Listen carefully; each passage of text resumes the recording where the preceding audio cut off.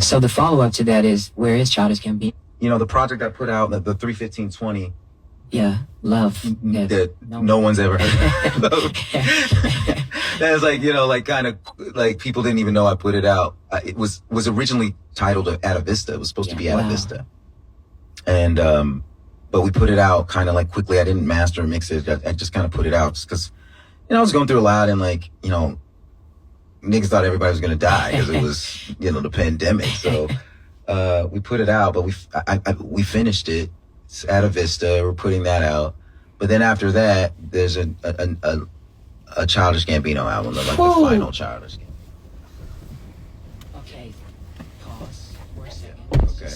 I just dropped a big out, but we finished it. It's At Vista. We're putting that out.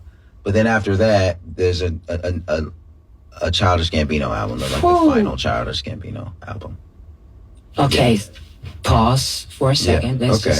I just dropped a big steps. Yeah, we'll do it in steps. Number one, I genuinely did love that 31520 album, even though you know, I just was completely confused on how to say I loved it. Because it was just numbers. There's no context. Yeah, but there was a song and it felt really folky.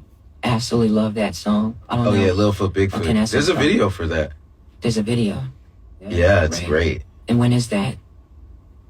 I think it's in the next couple weeks. Like, Hero directed it. Wow. You know, like, you know, it's. I love the video. It just looks great and it feels good. But I always always like that song is our Hey Ya a little bit. It's like a really sad song. Kids love that song. Kids, but it's kids love that song. My son loves that song. But yeah, it's like, you know, that song. There's not a lot. It's not easy to put that album into context, and I feel like I kind of learned that because I was like, originally it's just hard with streaming because if it was just an album, you just kind of there's certain boundaries, but it's streaming, right. So even the time code thing, it's like, you know, that's not how people listen to music anymore. It works. I feel like that album works better as a vinyl, and the special vinyl we have coming out for this, I think, makes it all make sense. Okay, I got you. Yeah. And there was something else you said about a new project. Yeah. What are you fucking talking about? You sound like every fan on Reddit, like right now. It's just like, what the hell? You know, we've been asking for it so long. You have. I mean, like, well, this project is for you guys. Honestly, this project is. I swear, like, this project. You know, I just wanted to say thanks because I feel like my fans have been so patient, and I feel like they've been starving, and they're great fans. They're like some of my favorite people, and that's hard. Some people get fans and they don't like them, you know. And I feel like my fans, I really love them, and this project is for them. And it's like, you know, I started working on this film called Bando Stone in the New World, and I always loved soundtracks. Like, you know, I loved the Batman soundtrack that Prince did. I loved the Batman Forever soundtrack. You know, soundtracks were a big thing in the 90s. And this last Childish Gambino album is a soundtrack to this film. So, and it's for, you know, my fans. That sounds exciting. It's great. I love it. I think it sounds great. Is this a Childish Gambino project, though, just to reiterate? This is, like it's an original soundtrack done by Childish Gambino. That's amazing. I cannot wait for this. This is nice. It's really cool. So I just wanted to sidestep. I have this, you know, as the salacious shit. Yeah. And not because I'm forced to, it's because I want to. Okay. I'm here for it. You've seen what has happened recently, the Big Three debate, state of music in general. I'm always curious about what you think about some of these things because it seems like you come from a place of purity, but it still ends up divisive. Yeah. And I'm curious just what you think about where music is now, amid also specifically sort of like your thoughts on Cole and Kendrick and Drake and everything that's happened. Yeah. Yeah, I just feel like, you know, we're all growing up. It's just not, you know, music is, you know, it's so ubiquitous. I don't think people give enough credit to the fact that it's like when I was a kid, it was pretty hard to hear music whenever you want it. Like, and the radio was dictated by gatekeepers. Like, people were telling you what to listen to, even when you did. But there were no iPods. There were no, like, maybe you had a Discman, maybe you had a tape player. I remember I had a tape player. But so music in general is like, I forgot who was saying this, but like the artist but it's like, yeah, it's like it's like everything else. It's like it's worthless unless you put value on it. The streams don't make it value. It's so crazy that we have all music of all time at our fingertips.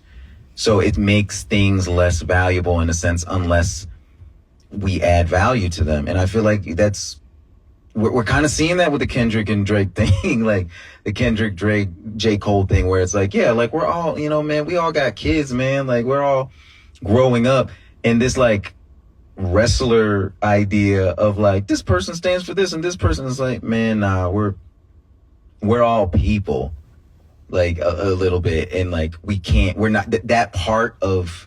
I think I saw like somebody be like, man, therapy ruined hip hop, like kind of thing. I'm like, man, do you got like, I'm a little bit, not even a little bit. I honestly feel this way. I sort of feel like, man, fuck the culture. Man, the culture has niggas afraid to wear sandals. It's like, Is this true? I'm like, what are we doing? It was a socks and sandals era for sure. Yeah, and I'm like, what are we doing? You're afraid to show your toes? Everyone has them. Like, why are we beholden to this thing that's like kind of wants us to fight? Vince Staples had already kind of said that a little bit, and he's right. Like, it's like, you guys, like we've reached it. We've reached the zenith. Like, what do we want from this actually? And if the only thing you want is wrestling, it's like, yeah, like, because it's not about the beef. Like, there's real beef. Niggas die every day in Chicago over real beef. Like, niggas die every day in Atlanta over real beef. It's not about the beef.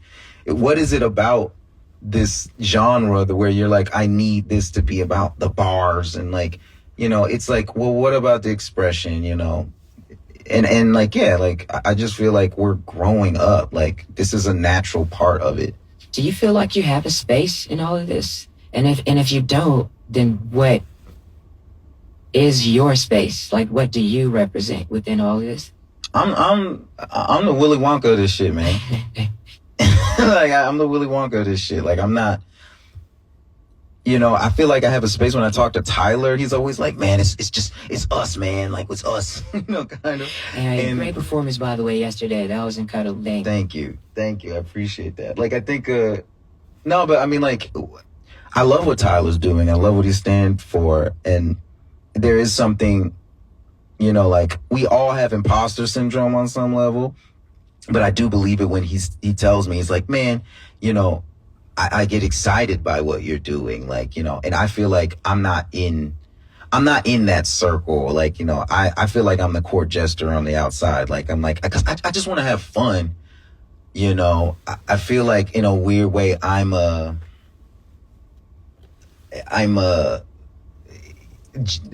kind of, because I grew up with like those videos from like Busta Rhymes and Missy and Ludacris, and like people were having fun, and in a weird way, like I always liked that stuff, but I was like, no, but this fun should be serious. It should kind of reflect, Disney and all that stuff it is fun, but there's always a scary part. There's always something that's real.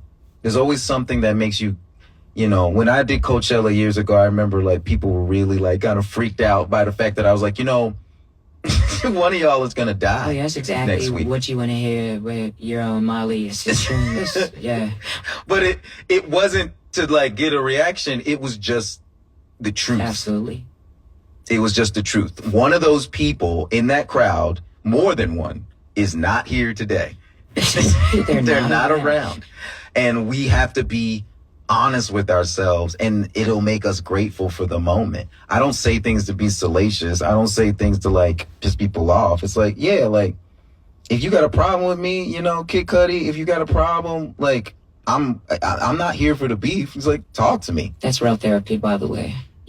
Actually talk to people. Actually talk to people, because I was like, we don't have to agree on everything, but we also don't have to be like, yeah, when I see you, we have to want to kill each other. It's like, I don't, man, life is too short. Then there's other stakes in individual lives that matter more than people that you don't interact with. Yeah, Yeah. absolutely. So that's great. I don't want to keep you here. I know you got to go back to the farm. And this is a special situation, but I do want to ask you about Gilga. Because I keep hearing about it, and I don't know too much about it as much as I'm on Gilga Radio. You're doing a great job for somebody who doesn't know a lot about what they're doing. Thank you. Thank you. I show up anytime. No, you show up. That's what I do. You really are. Yeah.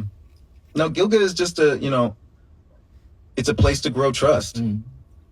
I mean, that's the easiest way to define it to me. I feel like we got the world that everybody wanted. And, early 2000s was everybody being like, there's no more gatekeepers and everybody can do what they want. And now we're realizing it's like, now that you have the entire store, what's the good stuff? Exactly. Yeah. What's the good stuff? And let's be honest, a lot of niggas don't have taste. Yeah. Because they grew up in a time where it didn't matter. It was just like, well, what's the most popular toy? And I'm like, popularity, it doesn't mean much anymore because people realize it's like, the things that are popular just mean that they're loved and hated by the most amount of people. Right. It doesn't mean that it's necessarily functional in your everyday life or adds a different point of view. It adds a different lens in your pocket to see things. And I feel like Gilga's a place to grow those things organic. Are there some things you're growing right now? Yeah, well, I mean, we're literally growing like oranges, mulberries, bananas, kale. We got some dandelion. We got avocados. We're starting to work on more berries, grapefruit. And then, we grow a lot of stuff, but a lot of oranges as well. But also we started making we got this anime with Zach Fox that I'm really excited about. He's doing a great job. I got this other cartoon I'm doing. I got this Country Mouse, City Mouse. Bando Stone in the New World is like a tentpole of ours. I'm really excited by the things that we're making because they're all like, when I say organic, it's like these are not things made to. The process is the product. Right. Right. So it was cool. Well, I'll say this: I'm not an excitable person, but Simone is excited. This is great. You seem excited. I mean, this is decibel-wise. This is as high as you're going to get me. But I really want to thank you for your time. I think we've unpacked a lot in a short span of time. I'm going to let you go, but this is Gilga Radio. This is Simone signing off. And thank you. Thank you. The Taco Bell Bando Box. It's a box with a kick.